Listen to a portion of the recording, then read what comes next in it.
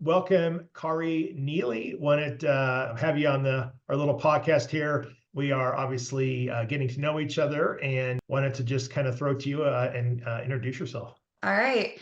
My name is Kari Nealeigh. I'm a real estate agent here in Highlands Ranch, Colorado. I also have another business, Freedom Multifamily Acquisitions, which is in the real estate realm as well. It's where we basically buy apartments and have investors and, join us in these purchases and then sell them for profit so they make, good money on their money. So I also am an analyst currently for a mortgage servicing company. Okay.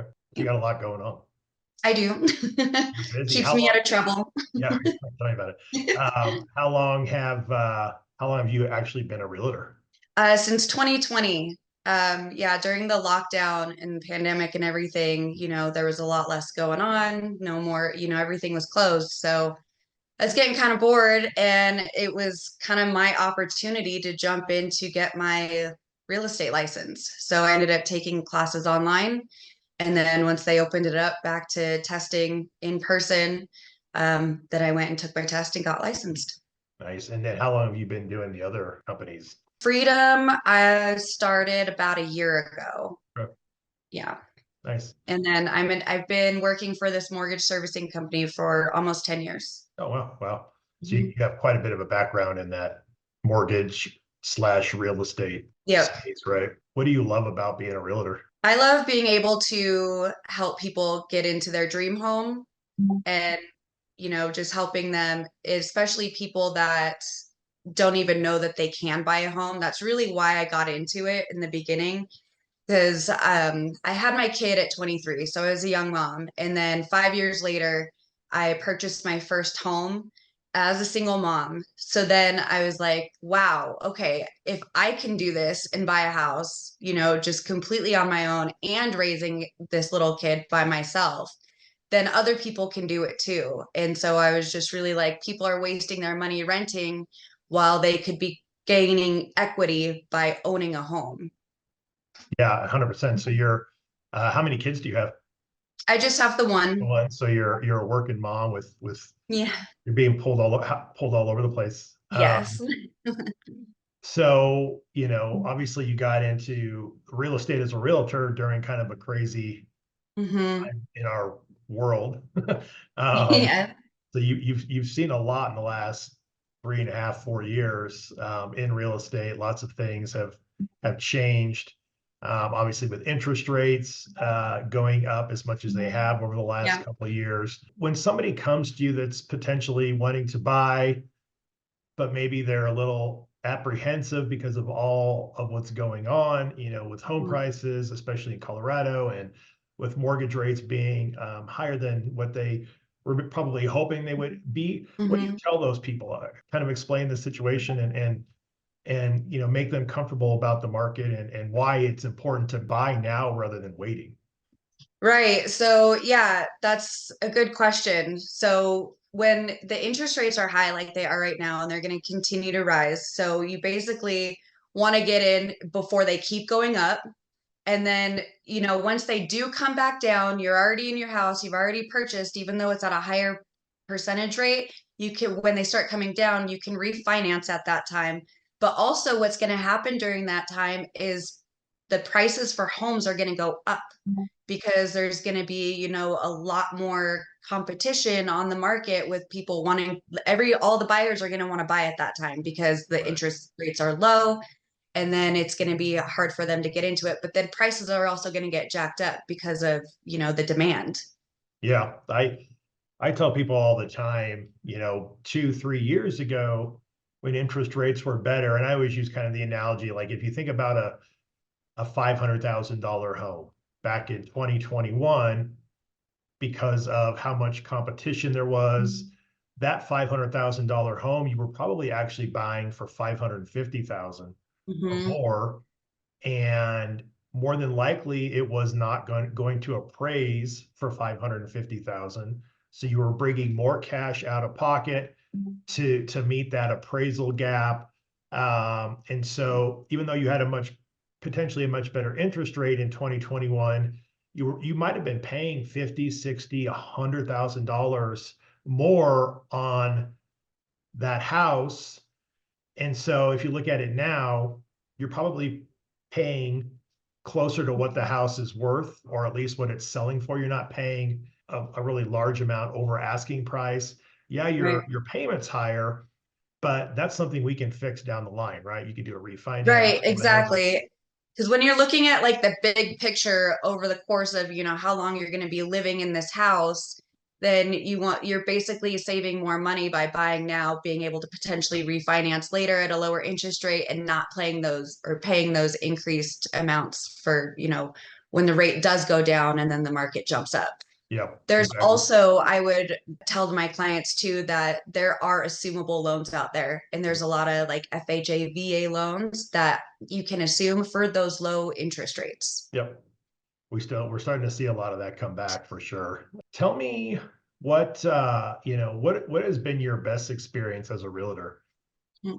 So my best experience was I had a client who they were looking for a place. They were debating which agent to go with. And I've been talking to him on and off, and they ended up finding like their dream home on their own. And it was all the way over in Montrose. And then they chose me to be their agent. And I told them that we do have a program also with HomeLight to where they can buy their new home first and stay in their place so they don't have to sell it just yet. It gives them time to move, pack, and then, make sure that the house is all clean and empty before they go. And so they took me up on that offer. And around closing time, I actually drove out there and I did like the last inspection or walkthrough with them and did the closing in Montrose. Yeah, it's a Got to see great, the property. It was like a 5 acre or something over in like Delta. nice. Got to do some four-wheeling in my Forerunner with I was them. gonna say that's fun. Pretty That's fun. fun. Mhm. That's a home lights. That's and similar programs. There's a few different options out there, but There is. that's a good program. I actually work with a lender myself that we have access to that we could do home light through. So I've done a couple of those. Definitely a great way to be able to get rid of that contingency of having to sell Hmm. your home before you buy. So it's great for the right client for sure. Yeah, absolutely. So on the flip side, what Mhm. um since you've been a real estate agent, what's been your worst experience? So my worst experience was just this last fall, well, and summer. And I had a client who was selling their home. So I was their listing agent, and they just ended up taking like 3 months to be able to move out and get everything cleaned and ready for, to be able to list it properly Yeah. on the MLS. I did, like, when they were in that process, like early July, I did reach out to some investors that I have. I have a network of investors in the area, and reached out to them to see if they wanted to do, because the house needed work. And then so I got some offers from the investors. They weren't as satisfactory to the sellers, so they didn't accept anything at that time. So we ended up listing around like the end of September. So we lost a lot of time during that, period where they were trying to pack and move out and get everything cleaned.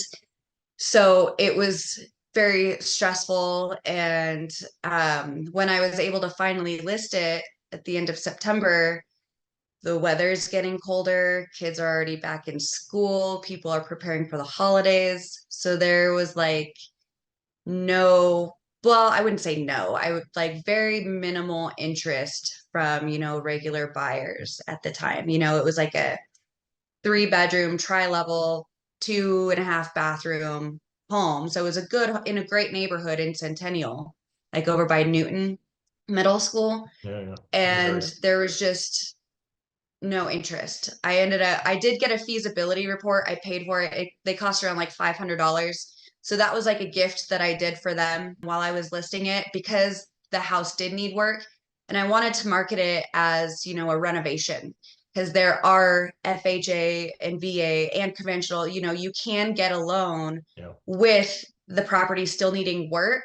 They would just appraise it at the remodeled price, Yep. or when it was remodeled. So that's how you're able to get into it, by using one of those renovation loans, and then you can fix it up as you need to at that time. But there was just no interest at that time with like the regular buyers market, so we were only getting offers with investors. The offers that we were getting, it kept coming in lower and lower, and the market's starting to change. Prices are going down with listings because we don't have as much demand. There's not as many buyers out there that want to sell. So we were only getting investor offers, and they ended up finally agreeing to one of those lower offers, which was very disappointing. To whereas if we were able to get it, or even if they accepted the offer way back in July from the investor, it would have been more than what it was then. So, yeah, I would just recommend, like, when you're planning on listing a home and it's in around the summertime, just to get it up as soon as possible, and, moved out, ready and cleaned, and like really make that a priority, so that you make top dollar on your property. Yeah, that's a tough situation, especially during that time when, you know, this was what, a year ago, or close to, Almost, yeah. you And know, interest rates were rising too. yeah, they were rising. It was a tough time for everybody, just because it was such a shock to the system, with I think a lot of people, in terms of what their expectations with interest rates were. And let's be honest, we had all gotten kind of spoiled, right? Oh, these twos and Hmm. threes in terms of interest rates, that was artificially done. Let's go there first. That was not the real interest rate market. And so, for a lot of people, the interest rates went up so fast that it was almost like, I had a lot of buyers myself that were, qualified for X amount based off of an interest rate, and they didn't pull the trigger for whatever reason. And then 6 months later, they wanted to buy a house, and now the interest rate was double or more than what they were expecting. And all of a sudden, they couldn't qualify for as much. And so, Yeah, like that's with your frustrating. clients, it was sort of the same thing. They got affected by that because a lot of the people that may have bought their home earlier in the year didn't want to, because they were all so scared of interest rates. Hmm. And so they Yeah. got caught in that tough, very tough market at the time. Yeah. Yeah, it's tough. What would you, anything you would do differently with that situation, or do you think it was just kind of more of a Um, confluence of? yeah, I mean, it was a good learning lesson for me too, because the other issue with that was that they wanted to price the property higher than what it was like the market value. So that was kind of a struggle too. So I think that I should have probably put more, giving them more information. I mean, I did my analysis, my market research. I did it twice actually. So once at the beginning, and then another time when we were getting ready to list it again.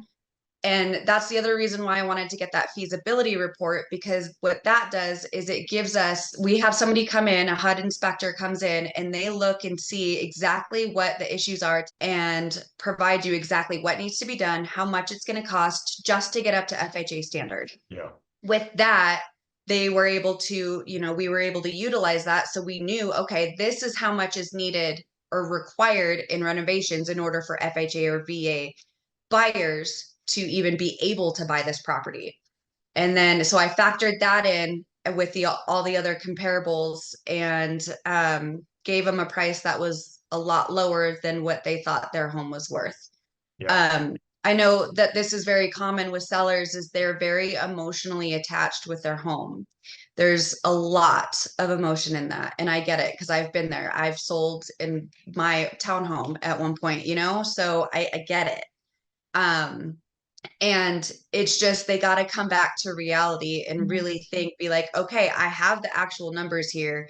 I see what has been sold. I see that, all of these properties sold were completely renovated and look beautiful and are, perfect.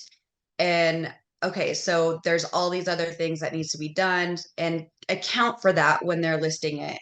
Yeah. And so that's the other thing that I would recommend for buyers or sellers too, is to take that into serious consideration, Yeah. when they're listing their property, because you want to make it, you have to list it right at the right price. That's the number one reason why properties sit on the market for so long or don't sell for what, they were even supposed to at that time, because it's priced too high. Yeah. And once you price it at the correct, price range for the market and, the type of home and everything, take all those factors into consideration, that's when you're going to be able to get those buyers that in that right price range. For sure. Why are you optimistic about real estate moving forward in Colorado? Well, Colorado is a great place to live. Everybody is moving here. Everybody keeps moving here. It's a great market. Prices, or like the equity, the home values are always increasing. I don't really see anything happening to say otherwise as far as that goes. So people getting into a home, you're going to be there for, a couple years. You're already going to have equity in your Yeah. house, and then it's just going to keep going up. I say it all the time in Colorado, even with where interest rates are at right now, it's a great investment. There's nothing like real estate in terms of being able to grow your money. If a client was to come to you and say, "Hey, I'm considering you and another real estate agent," Mhm. why should they use you? Well, they may not. It really just depends on their client, their needs specifically. You got to be able to connect with that person. You're going to be in like a relationship with that person essentially for, a very serious emotional transaction.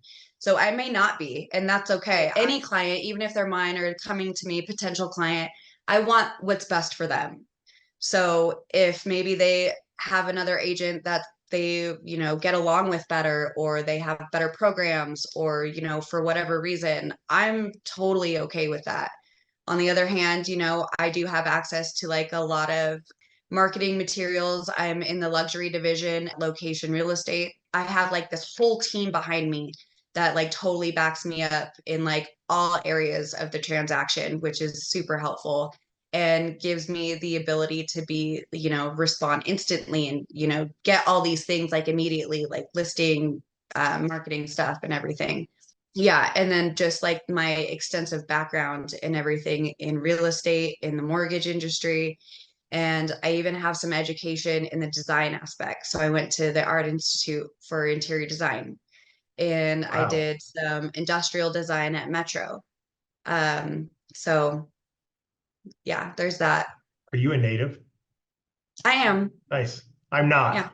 I, Okay. we moved out here when I was 8, and so I'm Okay. very close to You are being able to have close. that bumper sticker, but I don't even have it, so yeah, but they no, won't give it to good. me. So, last question. What would you think, in terms of helping people or real estate or really anything, what do you think your biggest strengths are? It's probably just the wide variety of my background with, even in like where I work now, back in what was it, like 2012 is where I learned to do underwriting for loan modifications. And then I went into processing for loan modifications and short sales and deed and lose. So I Yeah. have, that background on how really the mortgage end works too. I was also licensed as a mortgage loan officer in 2016. Yeah. So there's just a lot of different areas in the real estate and I have some good understanding in. I'm in the progress of getting my life insurance license too.